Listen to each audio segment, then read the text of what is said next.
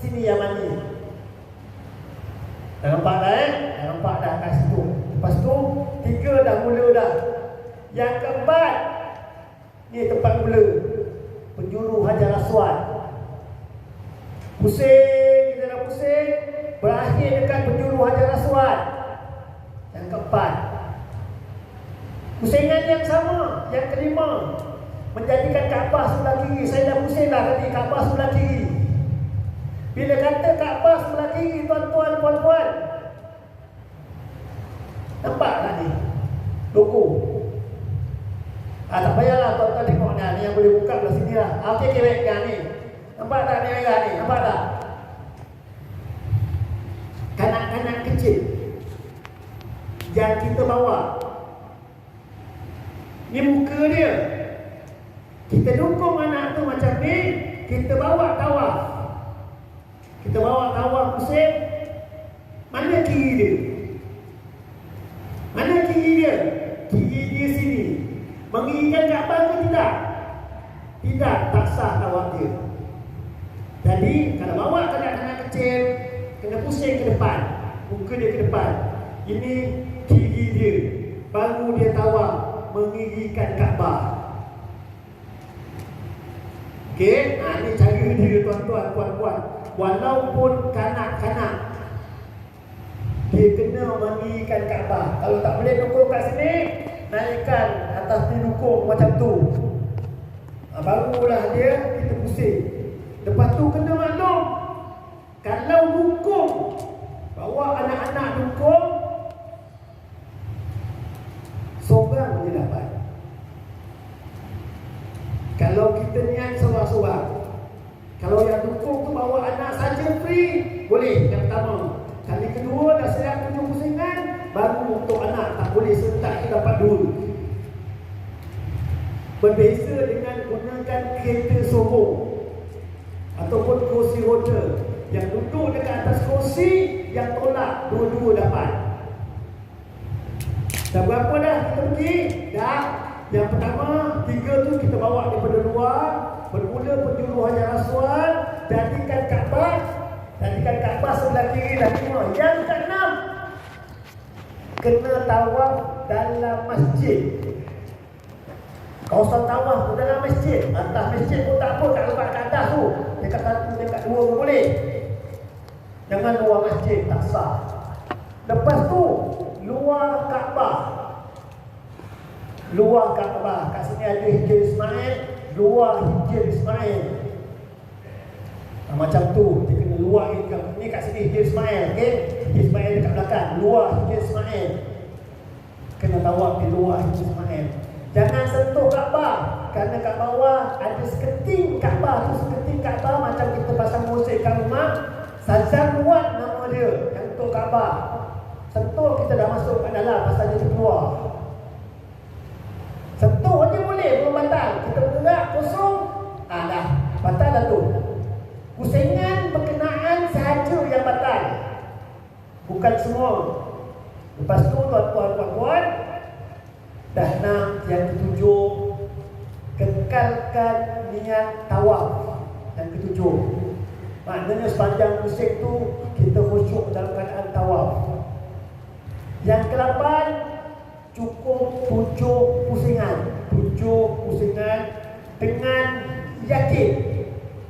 4 ke 5, 4 ke 5, ambil 4. 5 ke 6, 5 ke 6 pusingan ni, ambil 5. Kena buat macam tu. 6 ke 7, 6 ke 7, ambil 6. Kena buat macam tu. Ataupun pastikan cukup 7. Tak nak baca apa-apa, bawalah gelang getah.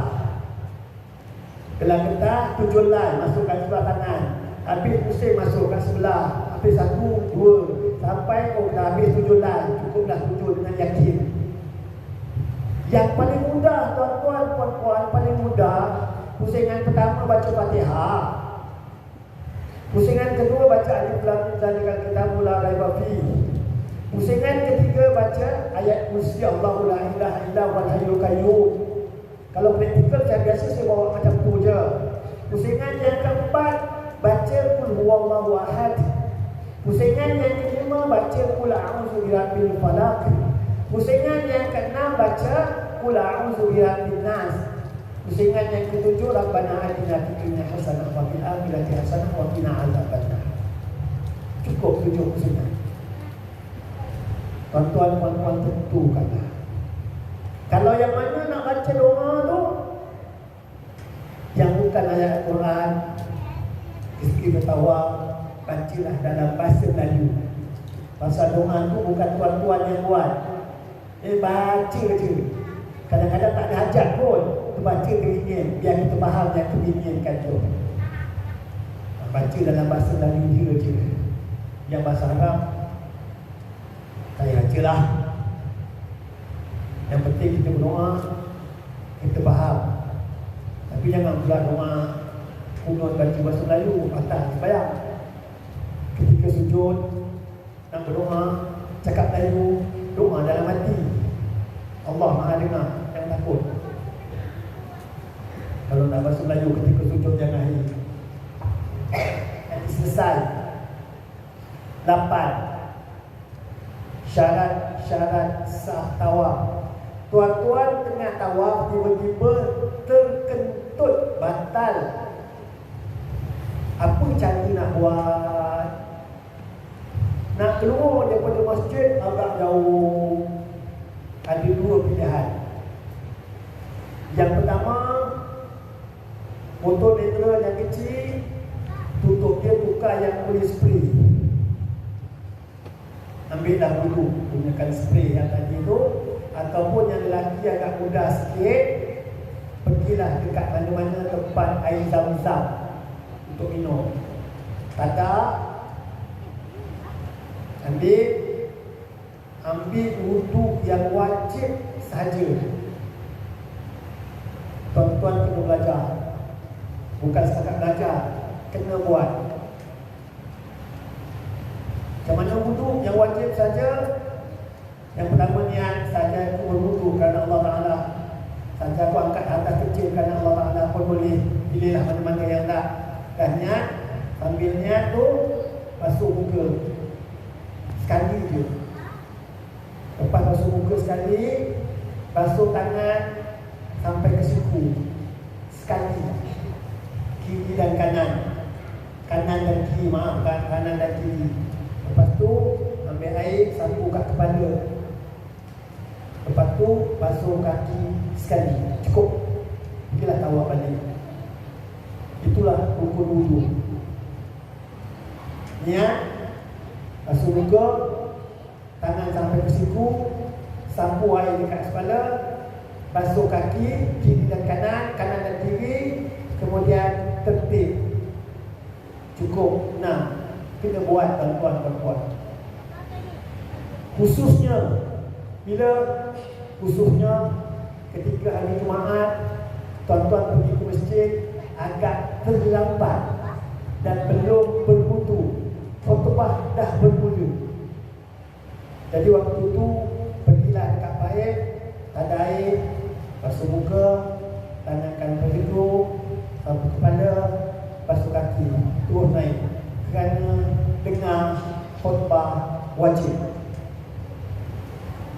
Nanti tak payahlah basuh tangan, dan pun lama-lama kat situ, tak payah. Ambil yang wajib. Kena buat. Tuan-tuan. Inilah yang antara isu-isu yang berlaku semasa di Arafah. Masuk waktu sembahyang beratur panjang-panjang. Makin panjang. Datang kat sana menang saya tegur. Ambil dah yang wajib baca. Tak tahu Ustaz. Bila tak tahu pula, Ustaz biarlah saya tunjuk. Saya pun buat dah. Basuh muka, basuh tangan, basuh siku, basuh kepala. Kejap punya Ustaz. Kejap pula. Lepas tu saya keluar. Yang belakang tak buat juga.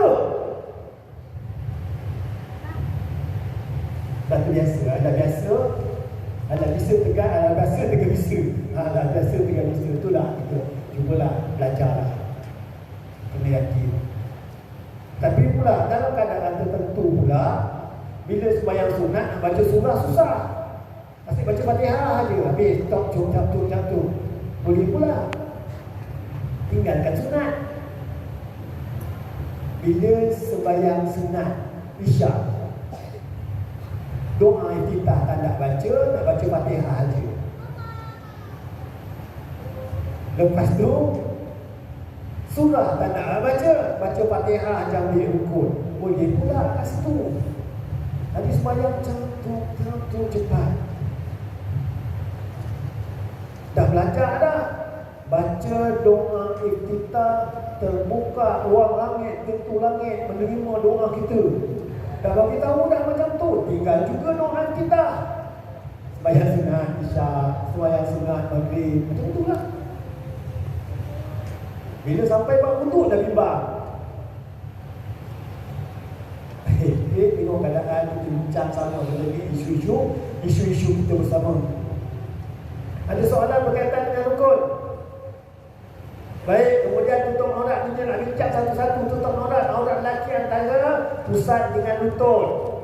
Tapi semasa dalam keadaan yang lain, hendaklah tutup, jaga adab, tutuplah semua anggota-anggota yang lain. Khususnya waktu tawaf. Sunat beriktibar tu waktu tawaf dan waktu sa'i sahaja.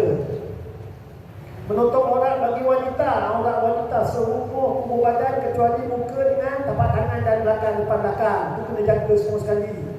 Jaga pakaian, jangan nampak bentuk-bentuk dia, jangan terlalu nipis, jangan tasyabuh berbentuk golongan-golongan agama-agama lain. Kena berhati-hati. Pakai cermin mata, kalau saya kata yang perempuan tadi, stokin tebal, keningan, pakai sarung tangan, lepas tu tudung ada kekek, bawa handphone. Untuk apa bawa handphone? Tengok kamera. Ada tak rambut-rambut yang terkeluar lagi? Nak bawa cermin dah tak sesuai. Bawa kamera handphone, tengok rambut ada tak? Oh tak ada dah. Barulah tawaf, tuan-tuan jaga. Okey, terus suci daripada hadas, berwudu. Hukum asal, sentuh antara lelaki dengan perempuan, batal wudu. Beralih dalam mazhab Syafi'i juga, pandangan yang marjuh. Dalam mazhab Syafi'i, pandangan yang marjuh, sentuh antara lelaki dengan wanita tanpa syahwat tidak membatalkan wudu. Tersentuh, bukan sengaja sentuh, tak batal wudu. Gunakan yang ni ketika tawaf, kerana tak boleh nak elak, khususnya bagi lelaki. Bagi wanita tak ada masalah. Mungkin tangan dalam telekung pakai stokin, siapa tak boleh nak sentuh. Itu yang dalam mazhab Syafi'i. Dalam mazhab lain, biasa je dekat sana tak pakai stokin pun orang tawaf perempuan. Biasa kita jumpa.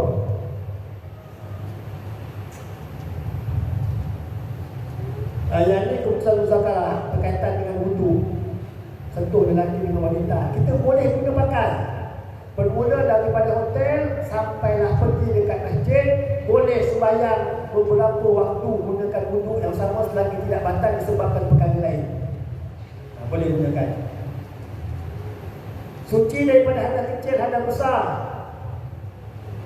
Yang ni diguna pakai, yang ni bermula artikel yang tadi-tadilah. Masih lagi diguna pakai. Seterusnya, suci badan. Pastikan pakaian kita bersih daripada najis. Kalau kita bawa selipar masuk dalam beg, jangan sampai ada najis.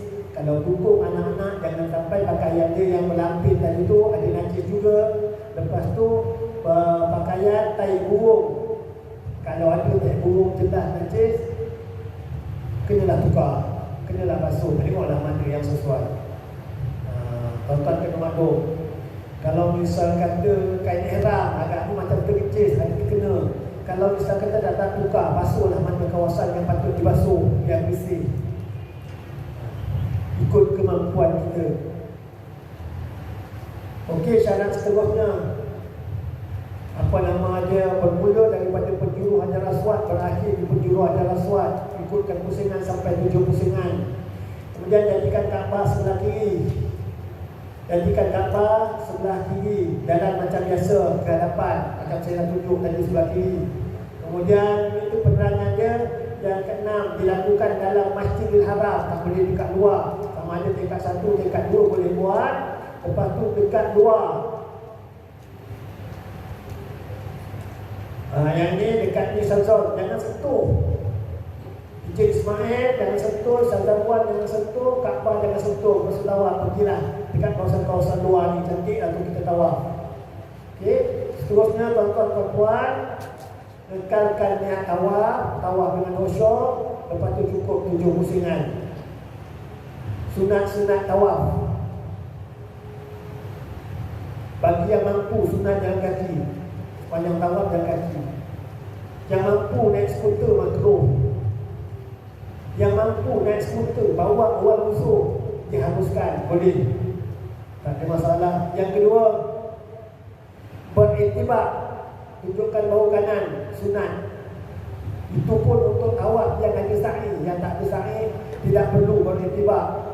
Kemudian mengucuk hajar aswad. Ini hajar aswad, tuan-tuan puan-puan, kucuk hajar aswad. Kalau boleh, tak boleh memang tak dapat lah. Memang tak dapat kucuk hajar aswad. Kemudian kalau tak dapat nak kucuk, lepas tu pergi lari-lari anak, keliling Kaabah, lari-lari anak, 7 pusingan. Kalau kita bersama dengan isteri ada, kita lagi 3 pusingan aja, bukan sampai ke 7, 3 pusingan. Isteri jalan perlahan macam tu, kita pun lari-lari anak ikut ketak isteri. 1, 2 dan 3 pusingan sahaja, bukan semua. Dapat pahala sunat. Orang ramai kita lari anak gitu je sikit. Orang tak gerak, kita gerak pelan gitu. Lari anak, itu dapat pahala sunat.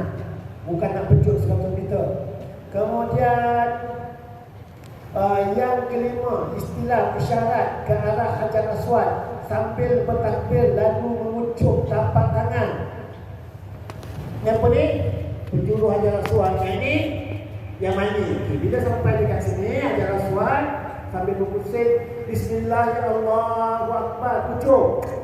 Bismillahirrahmanirrahim, kucuk. Bismillahirrahmanirrahim, kucuk. Kemudian teruskan perjalanan, pusing sampai dekat rukun Yamani. Ini Yamani. Bismillahirrahmanirrahim, turun. Bismillahirrahmanirrahim, turun. Bismillahirrahmanirrahim, turun. Kemudian rukun Yamani, penjuru hajar aswad, kawasan mustajab berdoa.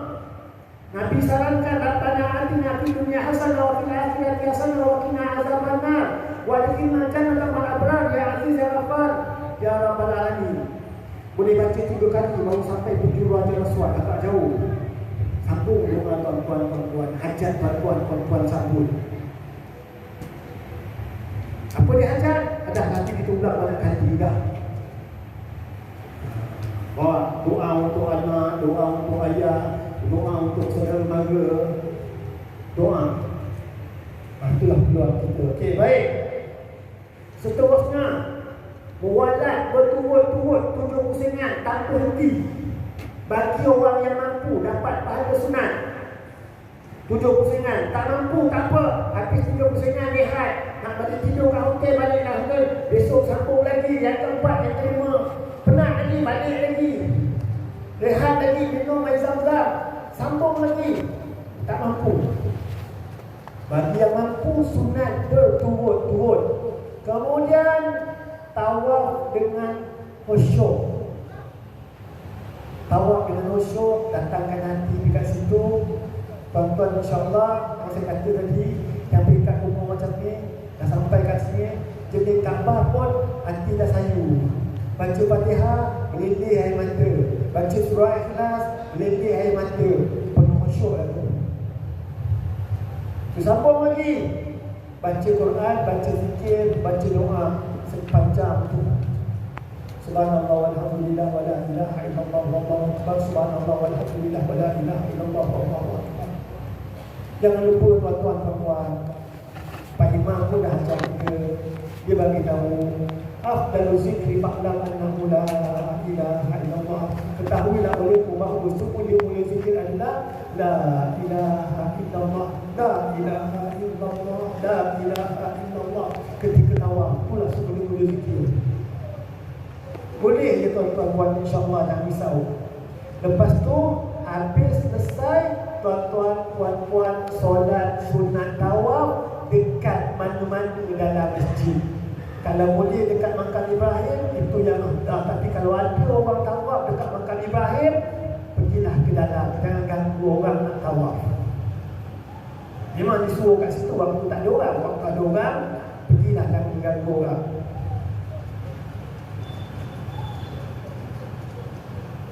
Dah, alhamdulillah, dan perkataan kesimpulan. Jadi yang pertama, tuan-tuan puan-puan, niat ihram haji adalah rukun pertama yang perlu dilakukan pada masa dan tempatnya yang tertentu, dinamakan mikat makani, mikat zamani. Yang kedua, pakaian ihram bagi jemaah lelaki dan wanita adalah berbeza dan perlu menjaga aurat, dua-dua kena jaga aurat. Yang ketiga, hukumnya Arafah adalah puncak ibadah haji yang mempunyai masa dan lokasi yang ditetapkan. Kat Padang Arafah pula, masa di dalam tawaf mempunyai syarat-syarat tertentu yang perlu dilakukan dengan betul supaya ia sah mengikut syarat-syaratnya. Ini bolehlah tuan-tuan puan-puan belanja haji, tengok-tengok kan dekat handphone tu ada komputer, buka-buka lah komputer, bolehlah tengok-tengok, download yang ada tadi yang tanya buku tu ada tak? Boleh download daripada komputer, tengok dekat handphone pun boleh, tengok kejadi. Cubalah mana yang boleh. Sebab komputer bimbingan pun ada. Ini yang paling tuan-tuan tunggu. Yang inilah yang terakhir. Alhamdulillah. Tuan-tuan puan-puan, minta maaf, saya baru nak bagi tahu nama saya Muhammad Nasir. Muhammad Nasir. Kalau ada apa-apa masalah, boleh hubungi saya, telefon saya 019 73 22 223 019 73 22 223. Yang mana saya boleh bantu, saya bantu, insyaAllah. Dan dia nama Muhammad Nasir. 019 73 22 4 kali. Ujung dia 3. Ya. Nanti saya rasa ada yang miskol handphone saya dekat telefon tu. Nanti saya tak payah jawab lah. Nanti saya dah agak dah daripada sini lah. Kalau waktu-waktu ni memang daripada sini lah. Nanti saya tak akan call balik. Biasa saya call balik. Boleh telefon pada bila-bila masa, insyaAllah. Dan WhatsApp pun boleh. WhatsApp tak ada masalah. Boleh, insyaAllah. Dan saya rasa minggu depan mungkin saya lagi dan seterusnya dekat sini. Minggu depan dan seterusnya insyaAllah saya dekat sini. Jadi, yang akan kata kalau nak tukar, tak tahu. Saya tahu itulah saya ditugaskan dekat sini sampailah habis kecuali tajuk berkaitan dengan wanita. Dan juga bab solat itu buku yang akan datang. Okay, tuan-tuan, ada apa-apa soalan nanti bolehlah.